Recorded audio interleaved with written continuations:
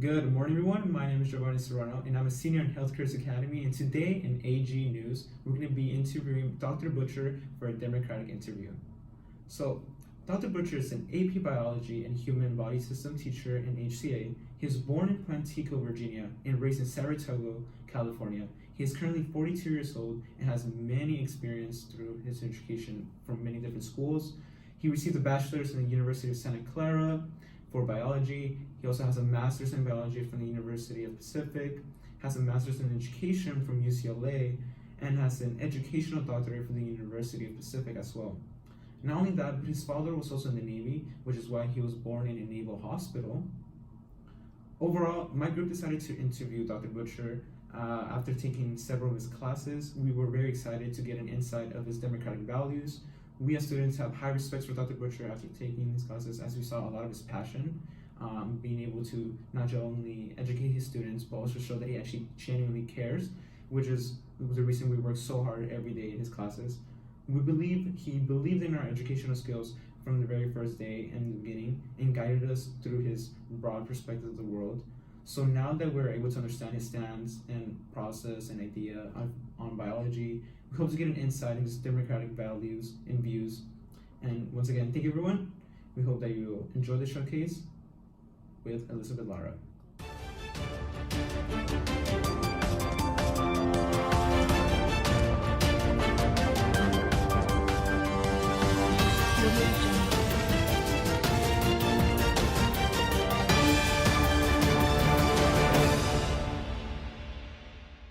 So before we begin, I would like to just say thank you for letting us interview you, Dr. Butcher. You're welcome. First question, what does democracy mean to you? Democracy, to me, is a form of government that allows people to vote on how they want the government to work. Okay. What issues do you feel the government represents your values and beliefs well? Or not well? Or not well? Okay. I think most things are represented well. I think the challenge comes when there are things that are supported by a minority in the population. And that can be a challenge because something might be right and good, but if you don't have a majority to vote for it, then that minority can get, pushed out. Yeah. Do you believe that all countries should have a democratic system? I don't know if it's necessary for all countries to have it. I don't think our system is perfect, but I think, so no, I don't know if all countries should have democratic. I think all countries should have a system where the people are represented fairly and equitably. So you said that our government system isn't perfect, correct? Correct. So do you think our democratic system needs improvement? And if so, how can we improve it?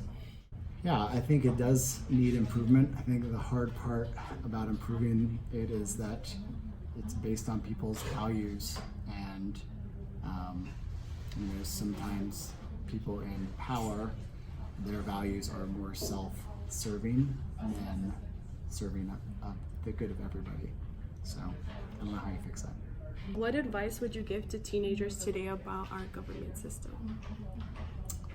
I would encourage them to educate themselves, to get involved, to vote, absolutely, and to know who's representing you, and if you believe in that person and their values, and to question those people, to contact them. And the system doesn't work if people don't allow their voices to be heard, and to encourage others and to talk with others and to bridge those gaps that are between people with different views and different minds. Have you yourself contacted any elected individuals? Not recently. I have been involved with groups who are contacting those people. Yeah. Comparing democracy now, how has it changed since your childhood? I wouldn't say democracy has changed. I think definitely people's values and hot button topics have changed. I think one thing that's really prevalent in the recent years with the onset of internet and all that is the amount of information and disinformation that's available. So what would you say a very hot topic back in your time would have been? Back in my time, it's so offensive.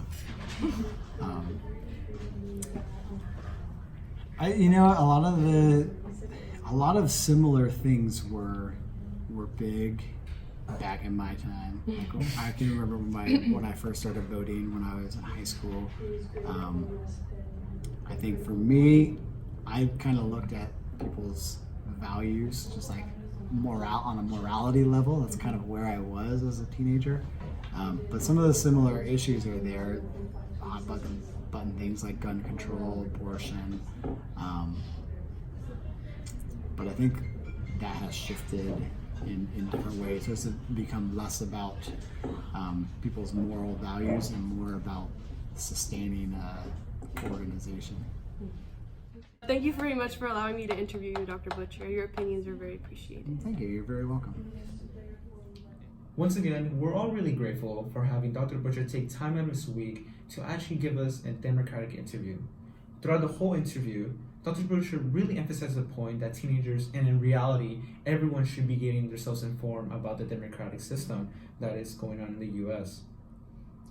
That is through either education, books, internet, which can all be easily done. However, this easy task can dramatically change the way the democratic system is pulled off into the nation, which is very effective and successful whenever the people actually do something. So, we the people should be making more educated choices and have a successful democratic system. To have a place where values of the people can be secured while also giving people liberty, security, and freedom.